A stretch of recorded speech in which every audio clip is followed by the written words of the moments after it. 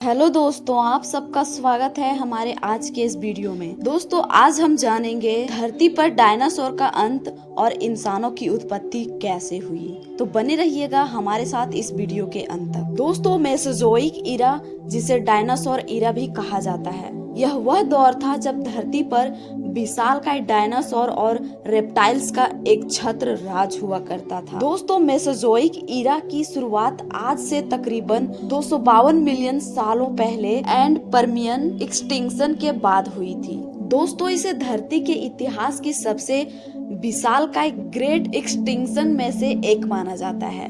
दोस्तों, इस विलुप्ति के चलते धरती पर से लगभग 96% मरीन लाइफ और 70% एनिमल और प्लांट स्पेसीज का अंत हो गया था, जिसके बाद अस्तित्व में आया मेसोजोइक इरा, जिसे मुख्य रूप से 3 भागों में बांटा गया, जिनमें से पहला है ट्रायसिक पीरियड, जो कि आज से करीब 252 मिलियन साल से लेकर 200 मिलियन साल पहले तक के पीरियड को कहा जाता है। दोस्तों, इस दौरान सबसे पहले डायनासोर और रेप्टाइल्स अस्तित्व में आए थे, जो कि समय के साथ दुनिया भर में फैल गए। दूसरा है जुरासिक पीरियड, दोस्तों, जो कि आज से 200 मिलियन साल से लेकर 145 मिलियन साल पहले तक के पीरियड को कहा जाता है। इस दौरान सबसे पहले मैमल्स, बर्ड्स और विशालकाय डायनासोर अस्तित्व में आए थे। और दोस्तों, तीसरा है क्रिटेशियस पीरियड। पर दोस्तों, क्रिटेशियस पीरियड के अंत में आज से तकरीबन 65 मिलियन साल पहले धरती पर से इस विशालकाय डायनासोर का हमेशा के लिए अंत हो गया। पर आखिरकार इन विशालकाय जीवों का अंत कैसे हुआ और कैसे इनका अंत मानवों की उत्पत्ति का कारण बना, दोस्तों, यह सब हम जानेंगे आज के इस वीडियो में। दोस्तों, हमारे ब्रह्मांड में जो भी मौजूद है वह हमेशा कांस्टेंट मोशन और चेंज में रहती है, चाहे हम बात करें छोटे एटॉमिक पार्टिकल्स की, प्लेनेट की, या कई लाइट ईयर्स विशालकाय गैलेक्सी की। दोस्तों, सभी हमेशा एक कांस्टेंट मोशन में रहते हैं। जैसे कि हमारे सौर मंडल में मौजूद सभी प्लैनेट हमारे सूर्य का चक्कर लगाते हैं, उसी तरह हमारा सूर्य भी आकाश गंगा के केंद्र धनु ए के चारों ओर चक्कर लगाता है। पर उसके साथ ही हमारी गैलेक्सी मिल्की वे, जो कि कई लाइट ईयर्स विशाल क्षेत्र में फैली हुई है, वह अपने ऑर्बिट में घूम रही है और साथ ही तेज गति से यूनिवर्स में मोशन भी कर रही है। दोस्तों, हमारा सूर्य, जो कि हमारे आकाश गंगा मिल्की वे के केंद्र ध्रुव ए का चक्कर लगाता है, उसे अपना एक चक्कर को पूरा करने में करीब 225 मिलियन सालों का समय लग जाता है। यानी कि दोस्तों, हमारे सूर्य ने अपने जन्म के बाद केवल 19 बार ही हमारे गैलेक्सी के सेंटर का चक्कर लगाया है। दोस्तों, आज से करीब 240 मिलियन साल पहले जब डायनासोर ने हमारे धरती पर पहला कदम रखा था, तब हमारा सूर्य हमारे गैलेक्सी मिल्की वे की दूसरी तरफ मौजूद था। और आज से करीब 20,000 साल पहले मानवों की उत्पत्ति के बाद से यह करीब 1% भी नहीं हिला है। कैसे हुआ डायनासोर का अंत? दोस्तों, आज से तकरीबन 6 करोड़ 50 लाख साल पहले करीब 15 किलोमीटर विशालकाय एस्टेरॉयड अचानक हमारी धरती से टकराया। दोस्तों, यह टक्कर हिरोशिमा पर गिराए गए एटम बम से करीब 10 अरब गुना ज्यादा शक्तिशाली थी। इस एस्टेरॉयड के धरती से टकराने के तुरंत बाद ही सैकड़ों किलोमीटर दूर तक आग का गोला फैल गया था, जिसने अपने रास्ते में आने वाले जीवों को तुरंत ही राख में बदल दिया।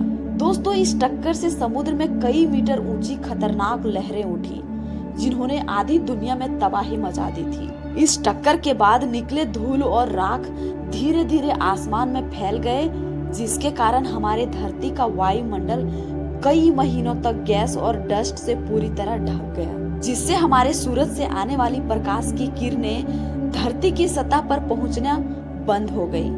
दोस्तों, जिसने धरती के फूड चेन को इम्बैलेंस कर दिया, साथ ही इसकी वजह से हमारी धरती का तापमान कई डिग्री सेल्सियस तक गिर गया।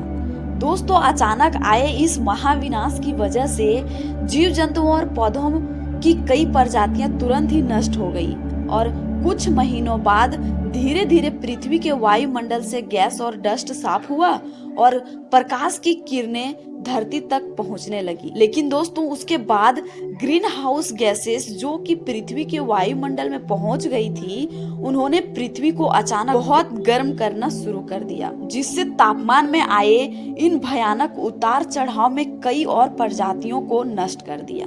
दोस्तों इस भयानक तबाही के बावजूद भी कुछ छोटे मैमल्स और उड़ने वाले डायनासोर अपने आप को बचाने में कामयाब रहे। दोस्तों ये मैमल्स काफी छोटे थे, जो कि काफी हद तक आज के चूहों की तरह दिखाई देते थे। बड़े विशालकाय डायनासोर और दूसरे खतरनाक जीवों से बचने के लिए उन्होंने जमीन के नीचे रहना शुरू कर दिया। दोस्तों यही जीव बाद में जाकर आज के आधुनिक मैमल्स के रूप में इवॉल्व हुए। पर दोस्तों इवॉल्व होने का यह प्रोसेस इतना भी आसान और सरल नहीं था, बल्कि यह कई अहम चरणों से होकर गुजरा था। दोस्तों डायनासोर के खात्मे के बाद पृथ्वी पर जीवन की दोबारा वापसी कैसे हुई, इसके बारे में हाल ही में साइंस जर्नल में एक रिपोर्ट छपी है। दोस्तों रिपोर्ट के लेखक टाइलर लाइसन का कहना है कि इस नई खोज से ओरिजिन ऑफ मॉडर्न वर्ल्ड से जुड़ी कई अहम जानकारियां मिलती है। दोस्तों धरती पर जीवन को दोबारा फलने फूलने में काफी समय लग गया। दोस्तों जीवाश्मों का रिकॉर्ड दिखाता है कि 7 लाख साल के बाद फलदार पौधों की उत्पत्ति हो गई थी और ये धरती के एक बड़े हिस्से में फैल गए थे। और दोस्तों इसके साथ ही 2 सबसे विशाल मैमल्स भी इस दौर में नजर आने शुरू हुए, जिसका वजन करीब 50 किलो और आकार भेड़िए के बराबर था। दोस्तों ये उन जीवों से करीब 100 गुना भारी थे जो तीनों किलिंग एस्ट्रॉइड के धरती पर टकराने के बाद जिंदा बचे थे। पर आखिर ये मैमल्स समय के साथ साथ बड़े क्यों हो रहे थे?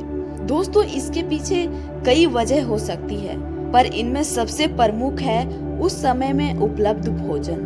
दोस्तों उस वक्त तक फलीदार पौधे, जिन्हें लेग्यूम प्लांट्स भी कहा जाता है, वह भी धीरे धीरे विकसित हो रहे थे। इसका एक मतलब यह है कि उन पौधों से मैमल्स को और ज्यादा प्रोटीन मिल रहा था, जिसकी वजह से इनका आकार बढ़ रहा था और साथ ही इनके ब्रेन का भी विकास हो रहा था। दोस्तों आज दिखाई देने वाले सारे मैमल्स ऐसे जीव हैं जिनका विकास उन जीवों से हुआ है जो विलुप्त होने से बच गए थे। तो दोस्तों आज का वीडियो यहीं तक। अगर वीडियो अच्छी लगी हो तो इसे एक लाइक कीजिएगा और ऐसी ही जानकारी पाने के लिए इस चैनल को सब्सक्राइब कर दीजिएगा। धन्यवाद दोस्तों।